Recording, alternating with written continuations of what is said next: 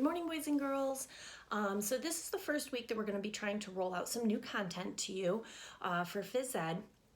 And I just wanted to explain to you a few things that we're going to be looking for from you. So the first thing is that you're documenting what you're doing for physical activity. So what does that mean? Monday through Friday, we want you to write down each thing that you're doing to stay active. If you were outside for 10 minutes playing on your swing set or 20 minutes riding your bike, we want you to write that down. If you completed a video that we've posted, or you've done something online from YouTube, a dance, we want you to document everything you're doing each day. And your total for minutes should be 60 minutes of activity time each day. That is your goal. It does not have to be 60 minutes in a row. It can be whatever is added together throughout your entire day. So Monday through Friday, the days you're usually in school, we're asking that you write down what your activities were for the day and how long you did them. And then the second thing is, as we're posting these videos to you, we're going to be asking you questions.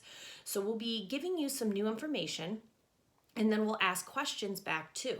And we'll want you to write the answers down. So today I'm actually going to have 3 things that you'll need to write down on your list. Now, how are you going to get us this? You have a couple of options. You could write a list out on a sheet of paper each week, which would be probably the easiest. And then your parents can take a picture of that with your answers on it and send it to us. Or you can type it all up in an email and send it to us too. Now, mine and Mr. Starloper's emails are on our webpage, so they're very easy to find, and you'll see links to everything that we're doing on our K-5 physical education page too.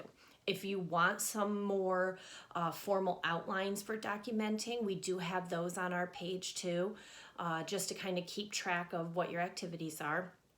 But you don't have to use those. It can be a very simple sheet of paper that you write Monday and the list of activities that you did.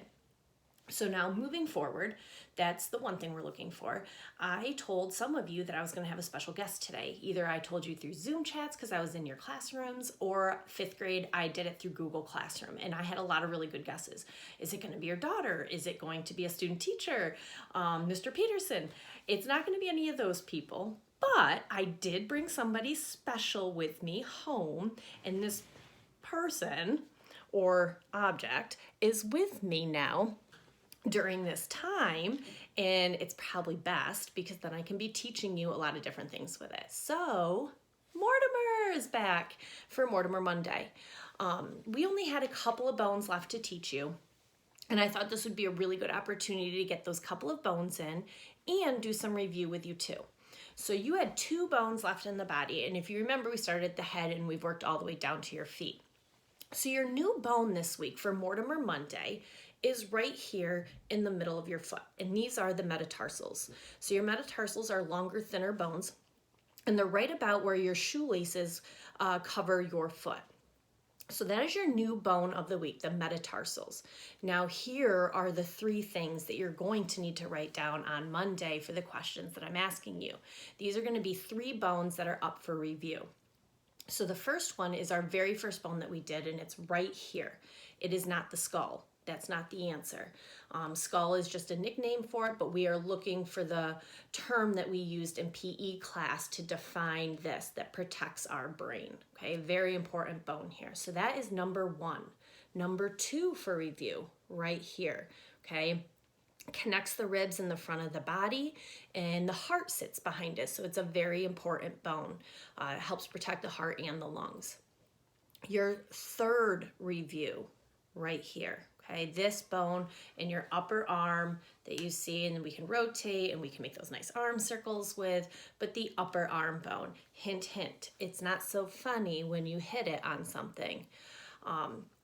Those are the 3 that we're looking for. Number 1, number 2, and number 3. You'll want to write those answers down with your Monday activities. That way, when your parents take a picture of your worksheet and send it to us, or you type it into an email, you'll have those 3 answers. Now, Mr. Starloper is going to be going over a little sport history with you for our new activities this week. And then I'll be popping back in to give you some demonstrations for the skills and maybe show you some ways that you can find PE equipment at home. Now, we did put on our PE webpage a resource sheet that tells you if you don't have certain PE equipment, how you might be able to recreate it at home, and ideas so it helps you stay active during this time, because we know you probably don't have an equipment room full of stuff like we do at school. I definitely don't here at my house, so we'll have to be creative, but hopefully it makes it even more fun, and you'll have to let us know how it goes with your family.